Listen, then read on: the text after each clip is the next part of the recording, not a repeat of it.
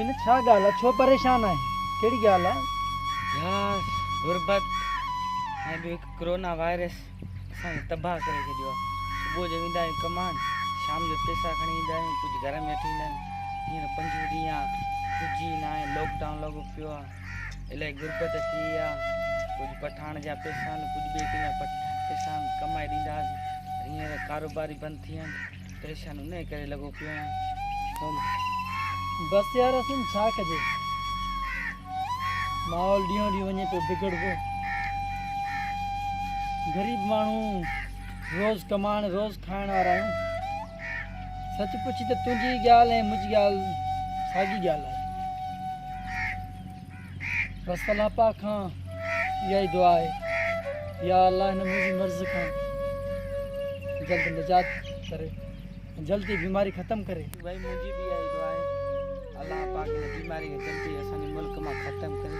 असां पाण बेरोज़गार वेठा आहियूं, घर में बच्चा ॿार माउ भेण बुख ते वेठा आहियूं। सलाह आसिरे रखे वेठा आहियूं, हुकूमत आसिरे ई कोन्हे। 5 ॾींहं थियो हुकूमत न राशन ॾिनो आहे, न अहिड़ी का शइ असांखे ॾिनो आहे जीअं असां खाई सघूं। हाणे ॿिन्हिनि में रुलूं था, कारोबार बंदि, हर शइ बंदि। असीं तुंहिंजी ॻाल्हि सची आहे।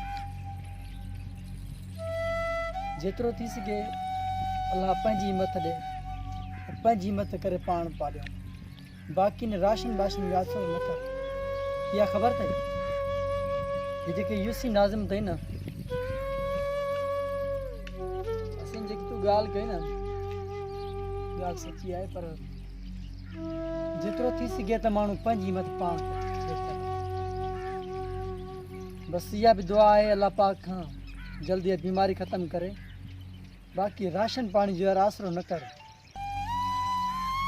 असांजे ॻोठ में जेके हालात हलनि था न, ॾिसूं था, अलाह तौबा ज़ारी आहे, अलाह कंहिंजो मुहताज न करे।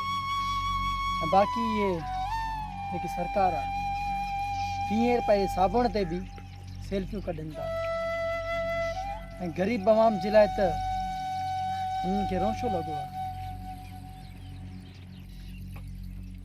ठीकु आहे माशू भाई, चलो अलाह रहम कंदो, अलाह रहम कंदो। अलाह हिन असांजे मुल्क मां जल्दी कोरोना खे बसि यार मालिक खां सुबुह शाम इहा ई दुआ आहे। ऐं जेतिरो थी सघे त दोस्तनि खे इहो मैसेज ॾियूं, महिरबानी करे के होटलनि ते न वियो। जी बिल्कुलु, होटलनि ते वेहनि था ऐं मिल जुल करनि था न, इन में बीमारी वञे थी पकड़े। जी बिल्कुलु आहे, इहा सही ॻाल्हि आहे माशू तव्हांजी। माण्हू हिफ़ाज़त करे, हींअर चाइना में बि हिन 100% मां 20% बचियो। बाक़ी उहो उन जे करे छो उन्हनि 2 हफ़्ता पूरो लॉकडाउन थियो। सच पुछी त मां हाणे घरां निकिरां पियो, बाबा मूंखे घरां निकिरण जे लाइ मञा करे पियो। मां बसि इहे ई भई कमकार जे हिसाब सां, ज़मीन जे हिसाब सां निकिरी आयुमि। ॾिठुमि तूं यार ॾाढो परेशान आहे, मां चयो भाई ठीकु आहे।